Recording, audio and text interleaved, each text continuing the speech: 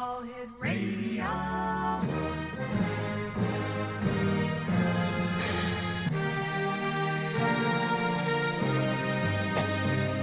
Welcome to the X Zone, a place where fact is fiction and fiction is reality. Now, here's your host, Rob McConnell.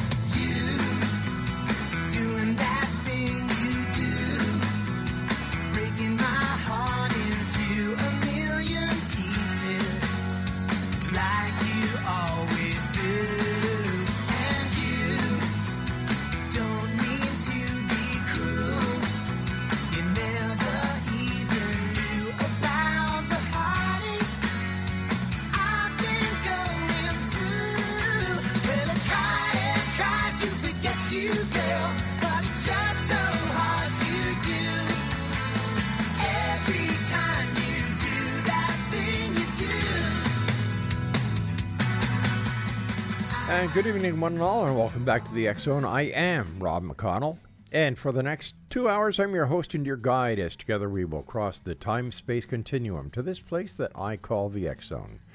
It's a place where people dare to believe and dare to be heard. It's a place where fact is fiction and fiction is reality.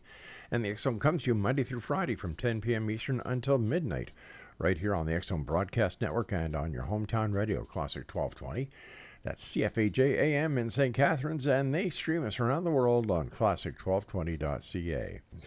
Man, what is going on in the world these days? Did you guys watch the entire inauguration yesterday? I did. Yeah. Joining me now is Brooks Agnew. And Brooks, thanks very much for coming on the show tonight. It was, I don't know how to explain it. I don't know how to explain it either. It's great to be on X Zone. You know, you made X great before X was cool. Yeah, I've got no ties to Elon Musk. He called you up and said, Rob, what do I call my new company? And I said X. Yeah, Yes. That's right. You know, SpaceX.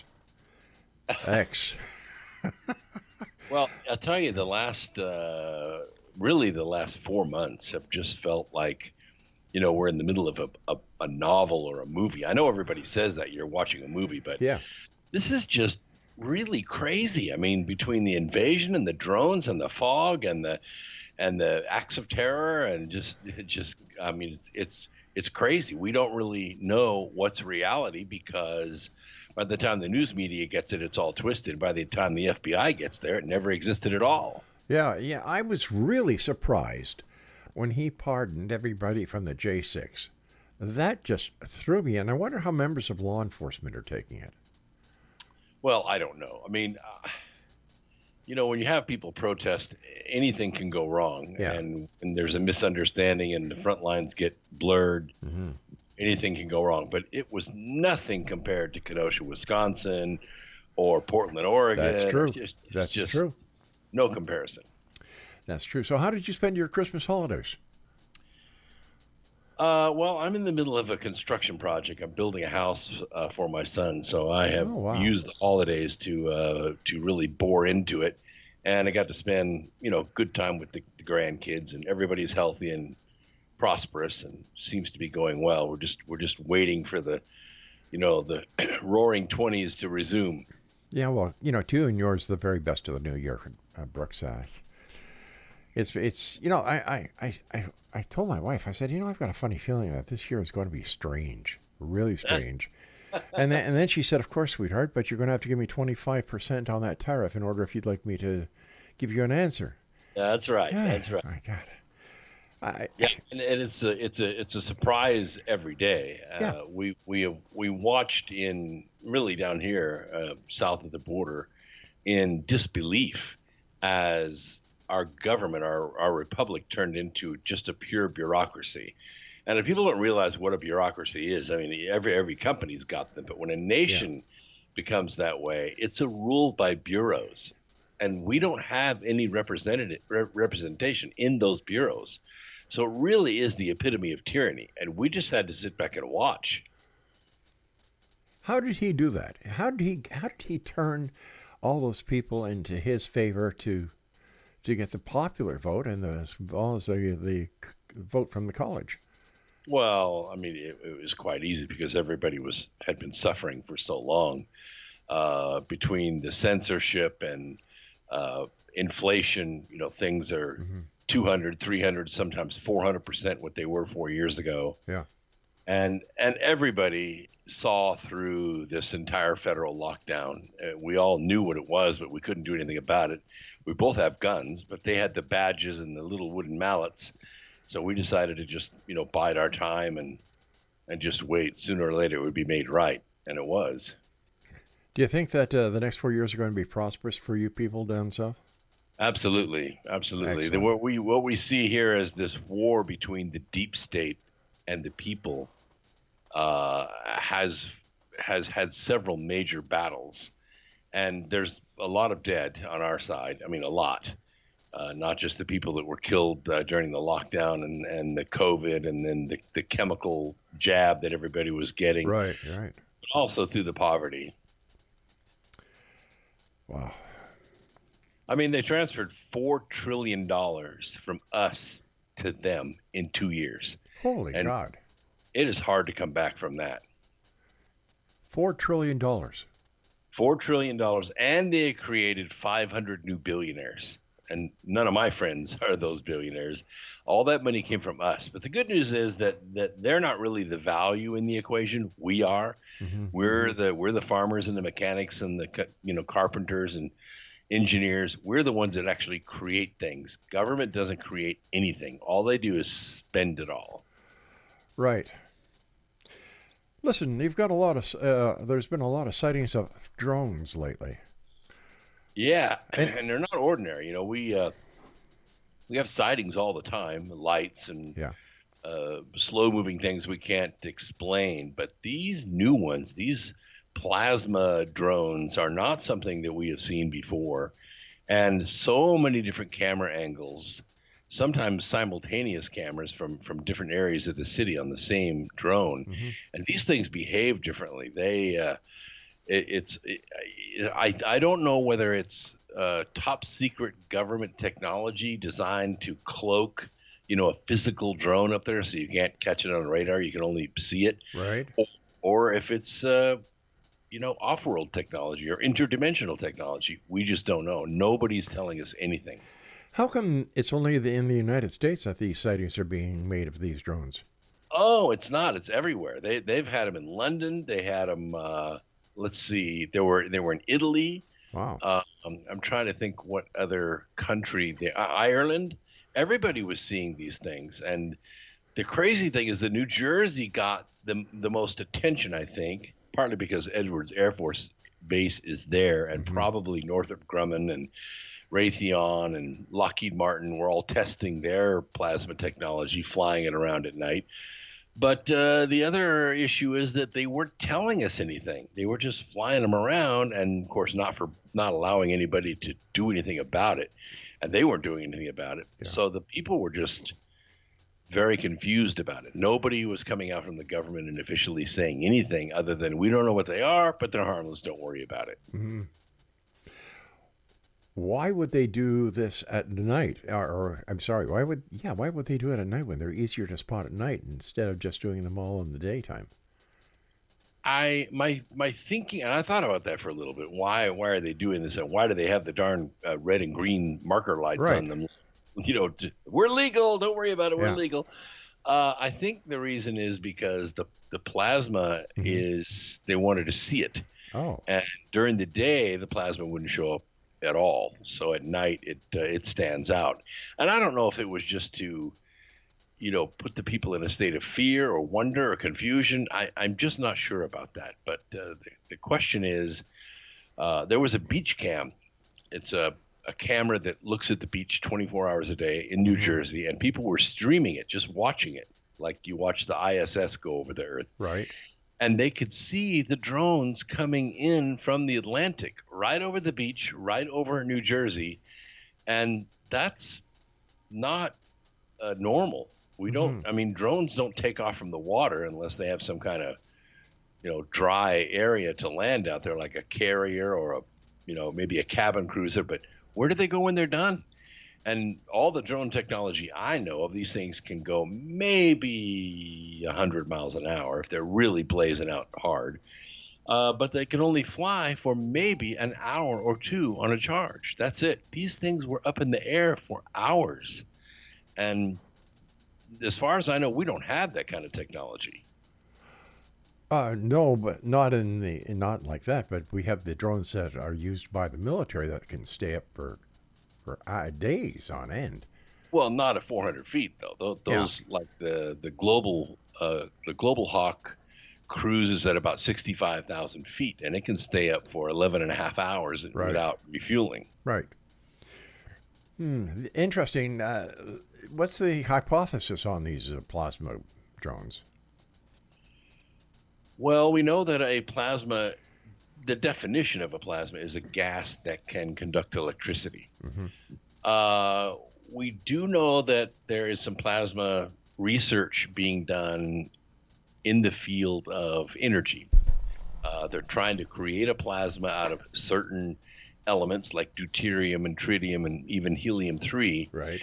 And they're trying to crush these plasmas with magnetic fields to create what they call cold fusion. Now, as far as I know, and I'm a physicist, I did my senior paper when I was in college on fusion, so I understand the science very well.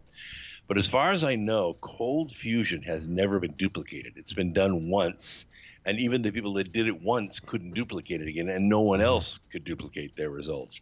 But hot fusion, which is done at about between 1,500 and 5,000 degrees C, is done all the time. And we do it using various means of compression.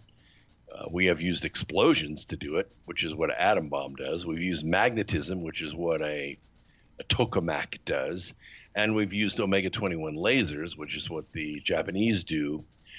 And it has succeeded in hot fusion. Now, hot fusion's nice because it releases more energy than goes into it, but it's very difficult to control. It's not like just, feeding it more methane and the flame stays on. It's uncontrollable. And yet, what do you think the purpose of these drones are, and what do you think they have? Do they have the ability to take pictures? Do they have the ability to use sensors? Any idea? I would think, of course, but the rumor that floated out when Matt, and I can't remember his last name now, blew his Cybertruck up at Trump Hotel in Vegas, he had sent a couple of days before an email to a couple of podcasters here in the States, and he had said that what was being hidden was what was called gravitic propulsion. All right, hold on to that thought, Brooks. We have to take a break. Brooks Agnew is my special guest, and Brooke and I will be back, and you're listening to us on the X-Zone Broadcast Network, www.xzbn.net, and on your hometown radio, Classic 1220 CFAJ AM in St. Catharines, Ontario, Canada, streaming around the world on classic1220.ca. I'm Rob McConnell. Don't go away.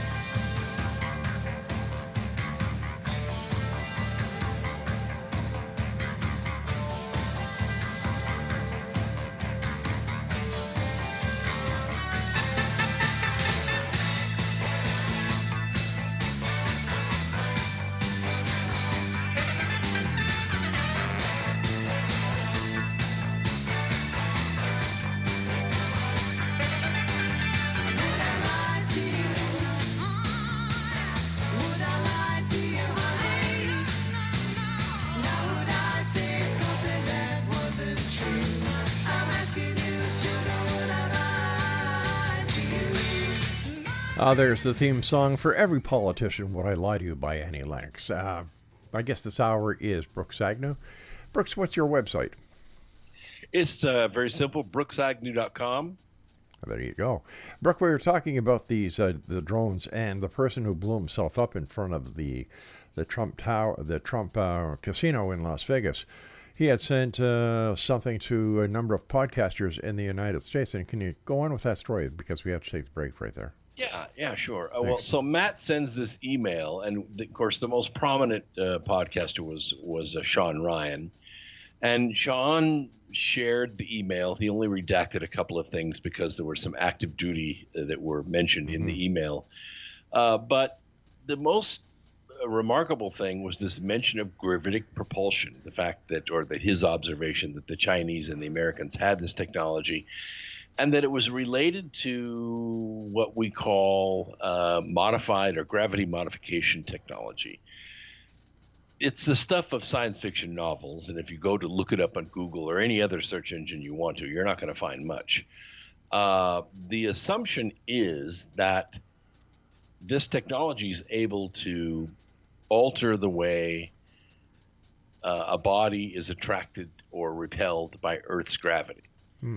And that this gravity can be manipulated in such a way as to create thrust. So not only can you just float in midair, but you can also use the gravity and the electrical charge that you put on these counter-rotating vessels with mercury in them. You can actually accelerate, turn left, turn right, and whatever's inside that modified gravitational field is not affected by what we call inertia, which inertia is resistance to movement, and momentum is the tendency of a body to stay in motion once it's in motion. Sort of like you're going down the freeway at 70 miles an hour, and then you just whip the wheel to the left. You're going to get slammed into the right-hand seat because your inertia, your resistance to movement is to keep going straight down the freeway. The car is trying to turn to the left, but you're going straight still. Obviously, at 6, 7, 8,000 miles an hour, you're going to be flattened against the side of the craft if you try to make a turn like that. But the assumption is that everything inside that field is not affected by the inertia like that, and you don't even spill, the water out of the fishbowl. Wow. I've been to all kinds of seminars, all kinds of conferences. I've spoken to face-to-face the leaders in this rumor purveying, and I have never seen 1 ounce of proof that it could be done. So I don't know what to make of it. Is it possible there's a connection with these drones and what we had covered a couple of years ago? That's assumption. Matt's assumption in his email was these drones were demonstrating this gravitic propulsion technology, and that these things could run away from an F-35 like it was standing still. Any possibility that there's a connection with these plasma drones and the Tic Tacs that the Navy were chasing around over the Pacific? Yes, and this is where it gets interesting because, I've been a consultant for the space industry, since the 80s. I did my first co-op at JPL in the 70s. And I'm unaware of any of this technology, even in the back rooms, even the guys in the lunchroom, the ex-guys from the lunchroom. Nobody is talking about or has any examples of this technology. And the world's richest man is still lifting, 30-story spaceships into space, burning methane. Right. So it's not as though, somebody's sitting out there with a ship and all of a sudden they can just lift it by increasing the charge on the accelerator. If this technology exists, why not use it? We need a lunar colony. We need a lunar colony really badly right now. We just 2 weeks ago put 2 more private drones up on the moon. Now they're small, but they have tremendously advanced sensors on them, and we're getting some good information back from the moon. But we need to build a lunar colony in Schrodinger's Basin.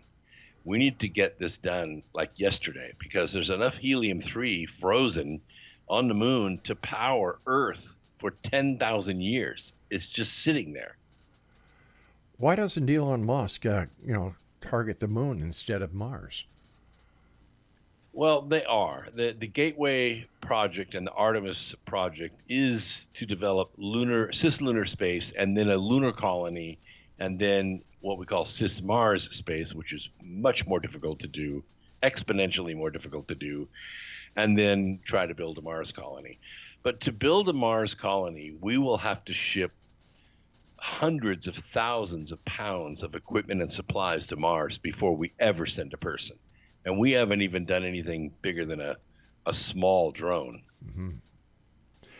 So, what, like, how close are we to actually getting the helium-3 from the moon?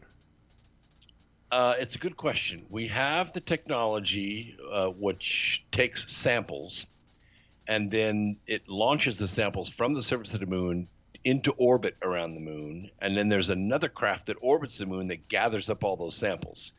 And then when it has them all, it comes back to Earth. That's in the process of being built right now. The drones are very small now, and the samples are very small, like maybe 300 grams. And what we really need is something that will bring usable samples back. Because we have helium-3 on Earth, but it's very rare. It only exists around, active volcanoes.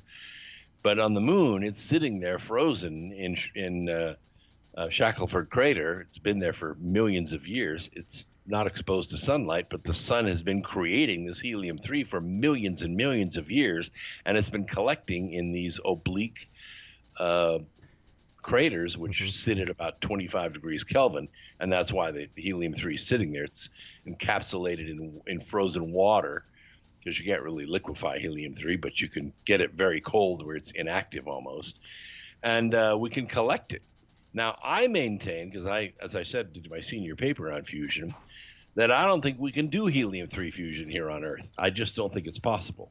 Too much gravity, too much air. It's just impossible to suspend a plasma here on Earth. But in space or on the moon, it's quite doable. That's why I think the lab needs to be moved to the moon. So what would we use the helium-3 for here on Earth? Well, helium-3 is basically 2 protons and 1 neutron. So that's why it's called helium-3. So it's a light, a neutron. When you fuse helium-3 together, you get helium-4, and you kick off 2 energetic protons, not neutrons. Now, the neutrons are very radioactive, and they will kill you. But the protons are not radioactive, and they have a charge on them, and we could use them directly for electricity. We also get a tremendous amount of energy, which could be used to boil water, make steam, turn turbines, and make electricity. So virtually all the nuclear power plants that we have, which are making tons and tons and tons of nuclear waste every decade, would stop making nuclear waste and start making clean, cheap electricity for 10,000 years. Last night, your president said, "Drill, baby, drill." Wouldn't it be more advantageous to the United States instead of drill, baby, drill and suck all the life out of the planet to spend more time and more attention to the helium-3 on the moon and get it going as fast as they can? Well, the last part of your statement's absolutely true, because Earth is going to provide us hydrocarbons for a long, long time, maybe 200, 250 more years. We haven't really even tapped into the biggest reserves of oil that the Earth has. And Earth is abiotic anyway. The Earth just makes it. But if we start using it faster than the Earth can make it, obviously we're going to run out of that resource. Yeah. We need to keep doing it because we use it for everything. But we need to stop burning it because that's a big waste of oil. Helium-3 would replace that. We would still need oil to make plastics and coatings and drugs and thread and tires, paint, everything that we make with oil. But we would stop burning it for propulsion and for making electricity. As well as, it would be more advantageous to the planet's survival than just to keep on filling it depends on how well you burn. I mean, here in this country, we're very, very clean with it. We run all of our power plants off natural gas if we can, if we get a pipeline to them. And our coal in this country is what's called low sulfur coal, so it's almost non-impact to the planet. But China uses the dirtiest, nastiest, sulfur-laden coal on the planet, and they're building 100 coal-fired power plants a year. So they're not even slowing down. They're not even slowing down. We could do everything we can do here in this country, and it would be all negated with 6 months of production of China. Wow. What do you think the Chinese are going to do since President Trump is back in power?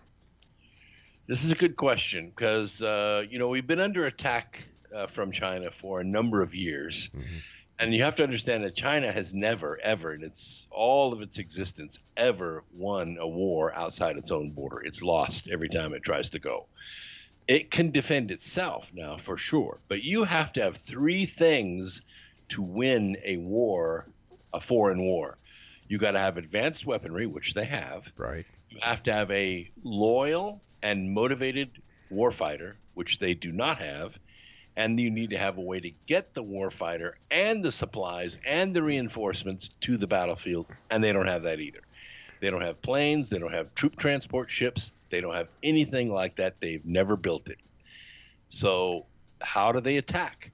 Well, they attack with their money, which we see in the development bank. It's being used all over the world. And the other is these asymmetric weapon systems. And there are 5 of them being deployed right in the United States right now, and they have been for a long time. And 100,000 Americans are dying a year inside our own borders.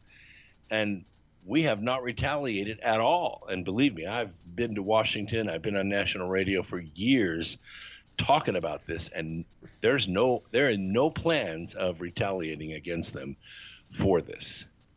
Not even with President Trump at the helm? The closest thing that he has done is designate the cartels as a terrorist organization. Yeah. That's just the deployment end of it.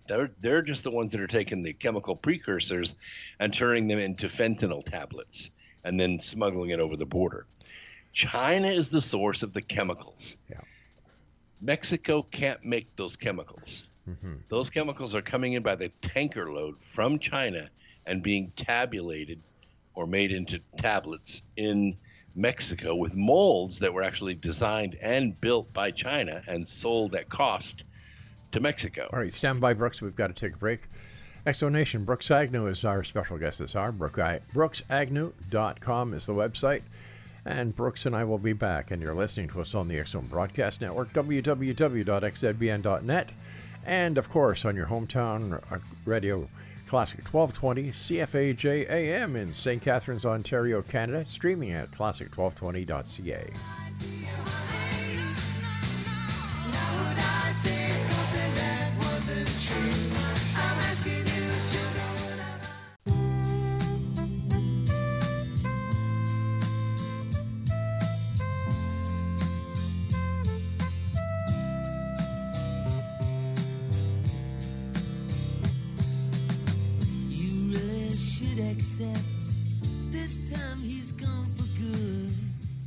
Brooks Agnew is my special guest this hour, X Zone Nation. BrooksAgnew.com. And Brooks, we were talking about the manufacturing of fentanyl in Mexico, and like you were saying, they get the chemicals that are used to make the fentanyl from China. Now, isn't there some way that because of the new president and because of the executive orders that he could actually use these orders to intercept the fentanyl before the chemicals before it even gets to the United States? Yes, and this is just the basic, what needs to be done, this interdiction. That's going to take some special forces to be able to do this. And it means we have to go to Mexico with these special forces, and we need to grab and destroy these chemicals. Then we need to destroy the plants. But then, because this is a multi-billion-dollar a month business, we need to follow the money. And that's what the Washington has been afraid to do, because I can guarantee you that a lot of that money is ending right back up in the bureaus and agencies, departments, and administrations in D.C., or it would not be allowed to stand. 100,000 Americans a year are dying. It's hardly a town in our country that does not have a body in it right now with a toe tag that says fentanyl is the cause of death. Right. This just cannot stand. We And also, there are other weapon systems too besides that.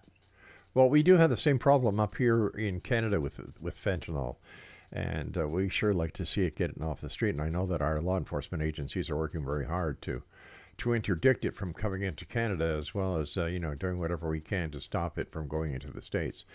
What other ways do you think that China is actually?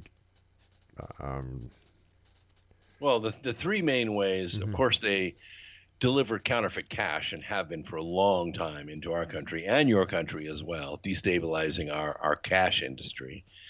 They are also attacking infrastructure, cyber attacking things like air traffic control and rail, distribution of water and fuel, communications, distribution of electricity. They've been cyber hacking that for a long time, and they're getting very, very good at it. And they've been very disruptive with it. And what we see, and there are other weapon systems too, stealing intellectual property. We've had tremendous losses from that.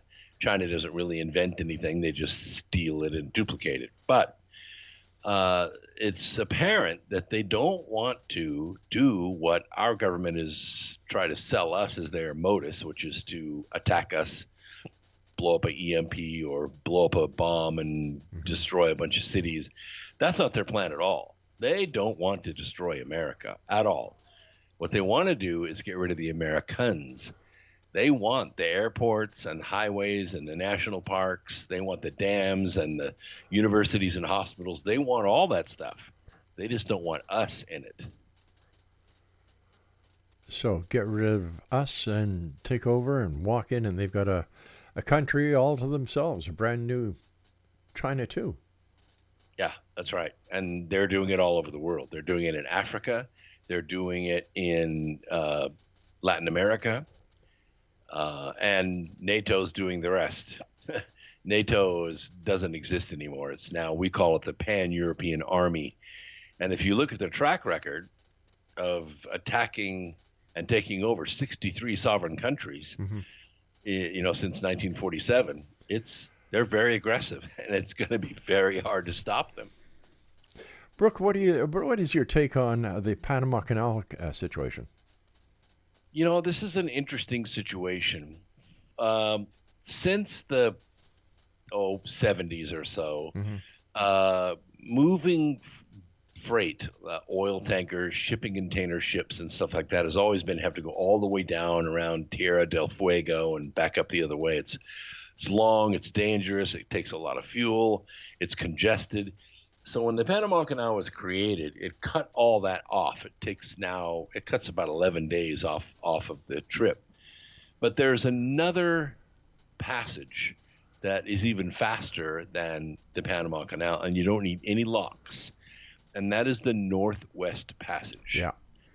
So the Northwest Passage is really only passable about 7 months out of the year. The rest of the time it's clogged with ice and has big icebergs. But that passage is controlled by Canada and by Greenland. And so this recent move, not just with Panama, to get it out of Chinese hands or Chinese control, it's in Panamanian hands, but it's being controlled by massive amounts of Chinese money, also opened up the Northwest Passage by feeding support to Greenland.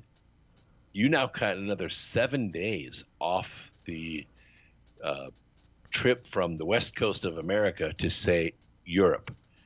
You can go through the Northwest Passage and cut 7 more days off your trip. It's a huge advantage, and it needs to be developed. I understand with the with climate deteriorating that the passage is open now up more than 7 months, and there's been a lot of interest from China as well as Russia. Yeah, it's hard to say. The passage opened up for the first time in 2008. It had a big calving where this big ice shelf broke off and floated away. And since that time, it does refreeze. It's virtually impassable unless you have at least an icebreaker ahead of you. Even ice-rated hulls, which Norway operates a lot of, they don't go above the 94th parallel, or I'm sorry, 86th parallel.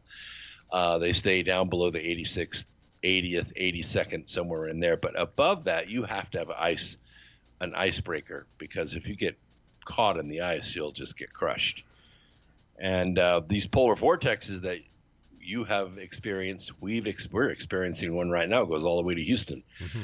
But I think it was 3 years ago, we had 3 of them. We had one in Siberia, one in Europe, and one in the U.S. all at the same time. All 3 areas were below freezing. We have had the strangest weather the last solar cycle.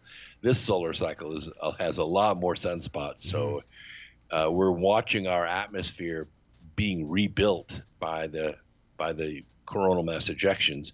I think it's going to take 10 or 20 years to build it back up again. But with the thinning atmosphere, we have wild swings in temperature on the surface. Very hot in the summer, very cold in the winter, because we don't have any thermal barrier, because the atmosphere is miles and miles and miles thinner than it was. It all got blown away by the solar wind, and we didn't get any extra particles from the sun to rebuild it. Is there any possibility that HAARP could be putting any weather changes in? Because I know that years ago HAARP was a big topic. It still is. HAARP used to just exist, at least for us, on the north slope of Alaska, but there are a lot more of them right now.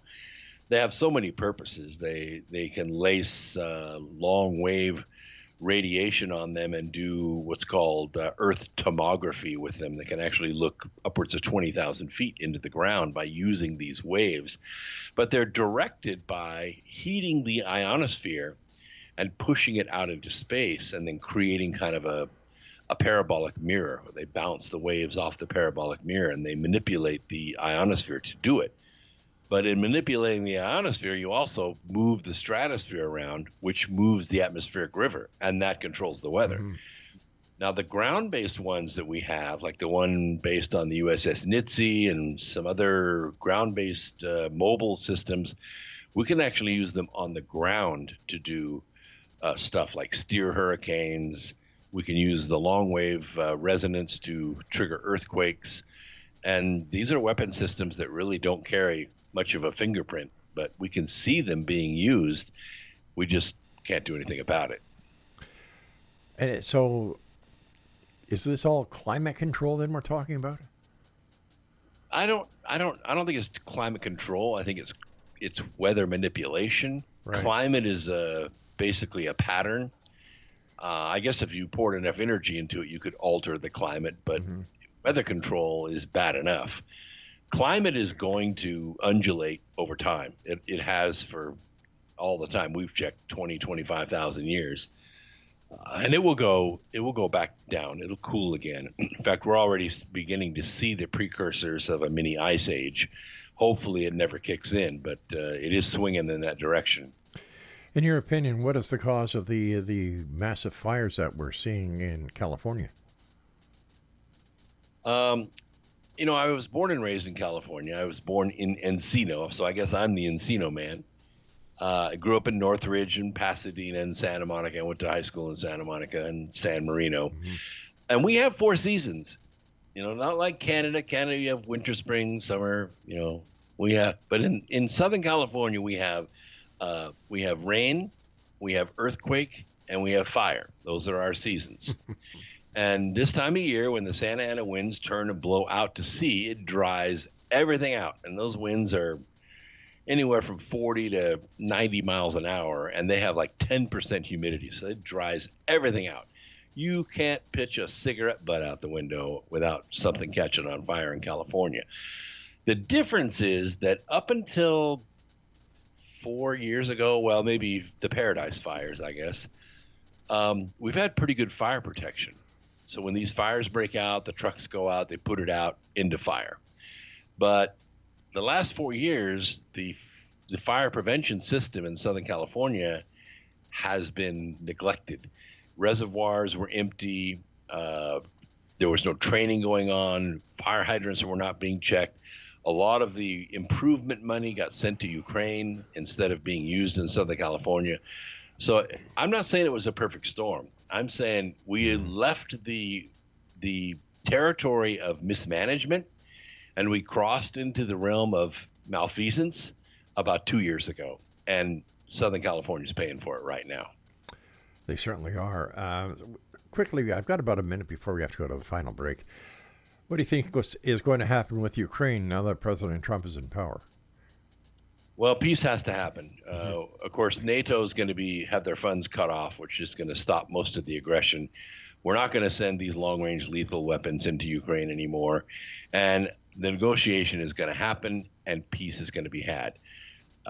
What cost? At what cost? I think the 5 states that have declared their independence are going to stay independent. So, in plain English, it was a waste of time, waste of money, and a waste of lives. And they had it in the palm of their hands. They had it in the palm of their hands 4 years ago, and the British and the U.S. State Department forced it to go to the battlefield. Unreal. Brooks, stand by. We do have to take our final break. And as always, it's great having you on the show, Brooks. I thank you very much for taking time out of your busy day to be with us. And you and I will be back on the other side of this quick break as the X Zone continues. This is Hour 1 of tonight's show. Hour 2 will be starting about 6 or 7 minutes after we go to our final break and the networks do whatever they do. This is the X Zone Broadcast Network, www.xzbn.net. If you'd like to send me an email, it's xzone@xzoneradiotv.com. I'm Rob McConnell, and you're listening to us on the X Zone Broadcast Network, as I said before, and right here from our St. Catharines affiliate, just down the street from us. Your hometown radio, Classic 1220, CFAJAM, and they stream us at classic1220.ca. Whatever you do, don't go away. We'll be back. He'll never come back now, even though he said he would. So darling, dry your eyes. So many other guys would give the world, I'm sure.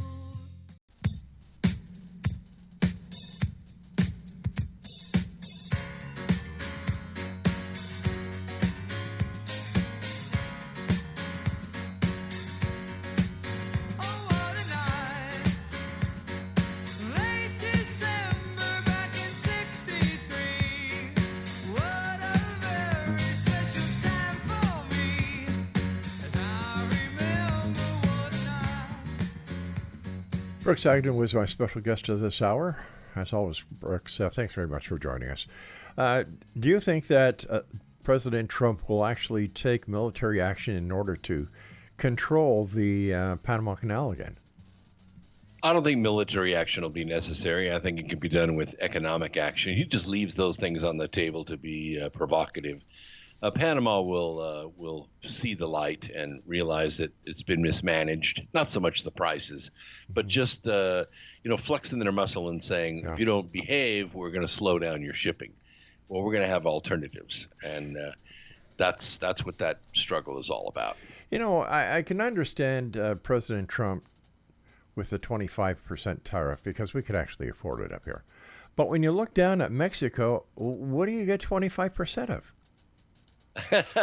Exactly. Well, a lot of companies went down to Mexico and built manufacturing plants. Mm-hmm. They only have to make, I think, 47% of the vehicle in the United States to still qualify to be able to ship the stuff straight over the Mexican border back into the U.S. and sell it.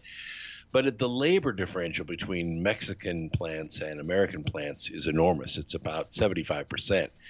Our average wage in the factory is about $48 an hour, and theirs is about $16 an hour. So it's a big difference.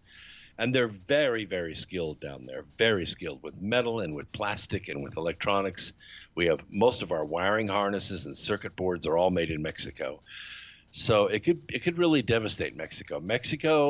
And the whole argument is over the invasion. If they would, unfortunately, they've been the conduit for approximately 18 million illegals to cross our border and have just devastated most of our mid to small towns in this country. We really, really have had economic hardship because of it.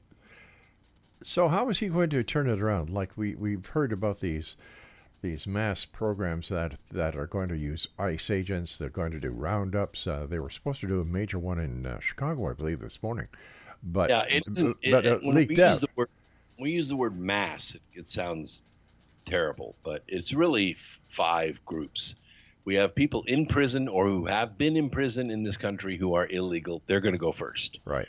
Then there's about 1.3 million people who have already had their hearings. The hearings are over, and they have determined not to qualify for asylum, and they've overstayed, and they need to leave. So that's almost 1.7 million right there. And then we have illegals who are just sitting in hotel rooms everywhere, and they're from over 140 different countries.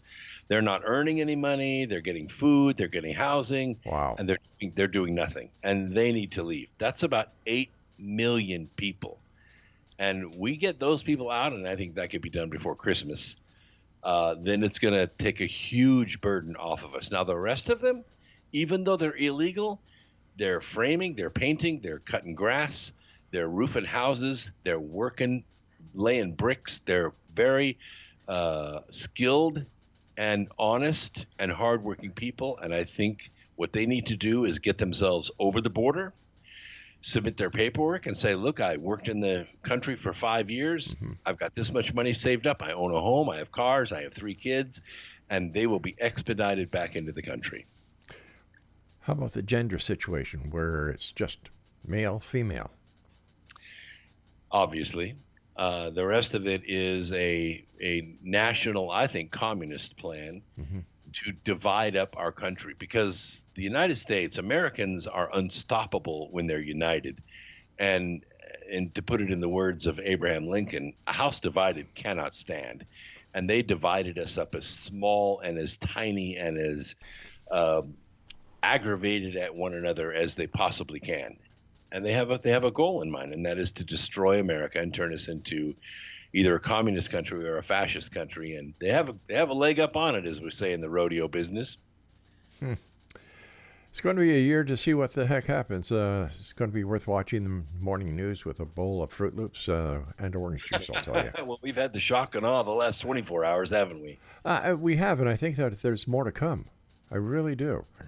I know that our government is planning a retaliatory strikes if the tariffs do happen. And I, for one, would like to see them sit down and talk about it and work it out and say, all right, you know what, there's a will, there's a way, and let's work it out. You know, I don't.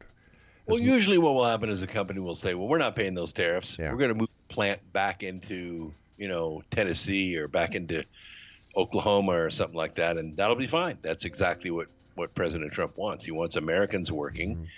And not people in foreign countries working, and specifically all the jobs. And I have to admit, I mean, I was part of it. I was one of the engineers that took plants apart, put that equipment on ships and trains and shipped it to China. I got paid to do it. Wow.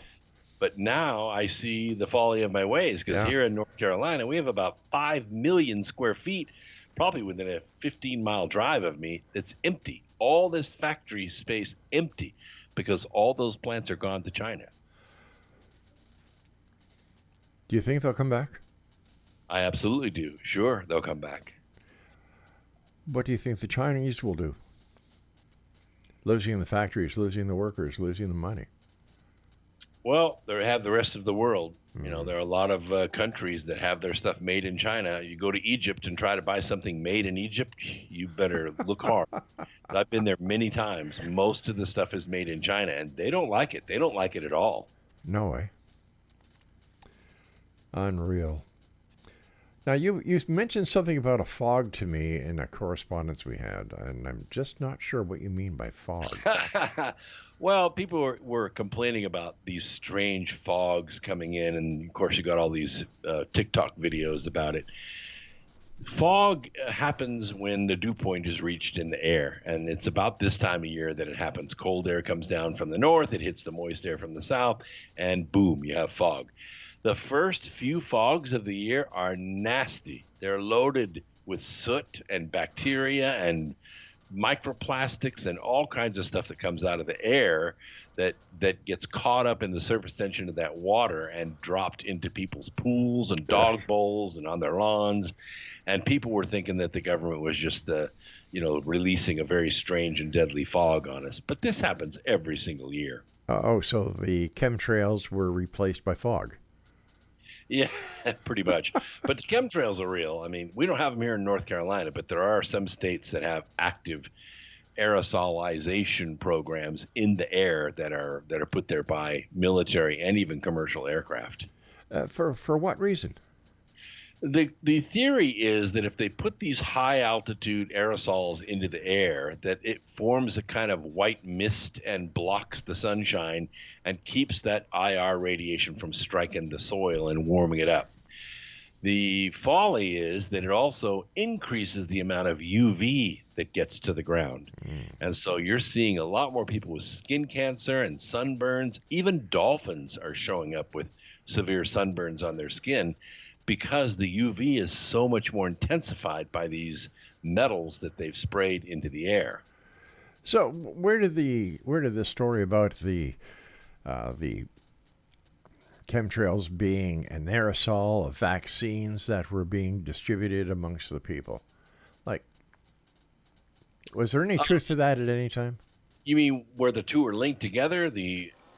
I don't see the link. The vaccines were a designed chemical weapon that developed microclotting in the humans, and we've just finished an autopsy survey in Oregon. It was a significant one, a little over 1,200 cadavers, and they wanted to determine the cause of death because ostensibly these people died of natural causes. 73%, Rob, 73% of the bodies were determined that microclotting and arterial clotting was the cause of death. And it was directly caused by the jab. And it's like, are you kidding me? And then they cross-referenced the bodies and found that only 27% of them had not been vaccinated. And they were the ones that died of natural causes. We have an avalanche of insurance claims here we haven't even seen the worst of it yet. Unreal. Well, you and I are going to be talking a lot this year, I think. Yes, we will. And as I said, it's always a great pleasure talking to you, Brooks. And what are you doing besides building a house for your son and doing all the great work that you do? I am finishing my 13th book, which is called Glance of Angels. It's going to come out this month. It is a sequel to Charm of Favor, which was a multiple #1 bestseller on Amazon. And this is a real true crime story of the war between the deep state and the leadership in our government. And it hasn't been going well, I'm going to tell you that. So Glance of Angels is a true crime thriller. It has fictional characters in it, of course, but all the events in it are real. Brooke Agnew, thanks very much for joining us tonight, Brooks, and take care, and my very best to your family. And like I said, have a great year, and I look forward to the next time when you and I have a chat. Me too, Rob. Thank you. Take care. Be safe, my friend. You too. Exonation, Brooks Agnew has been our guest this hour, and Brooks is going to be going to another interview, I believe. He's a great guy.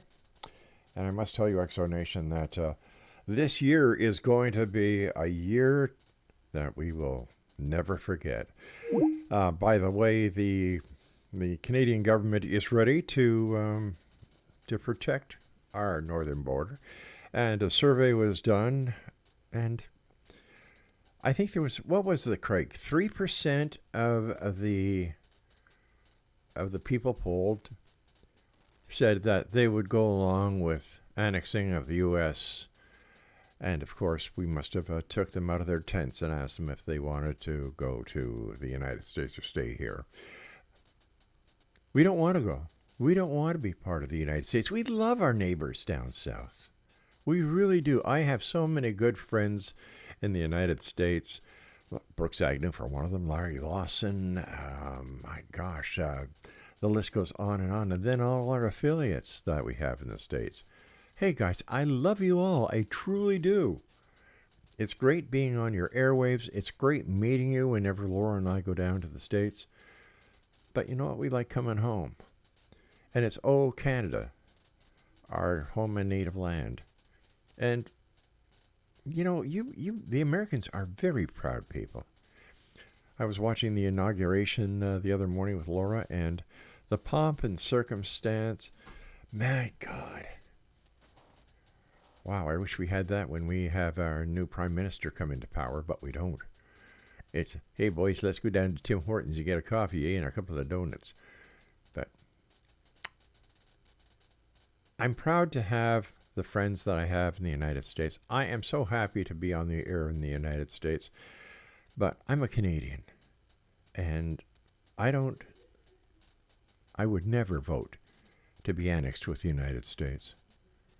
And I hope you don't take that the wrong way. I'm Rob McConnell. This is the X-Zone. You're listening to us on the X-Zone Broadcast Network, and of course, on your hometown radio, Classic 1220, CFAJ AM in St. Catharines, Ontario, Canada, and they stream us around the world at www.classic1220.ca. I'll be back as Hour 2 starts right after these breaks.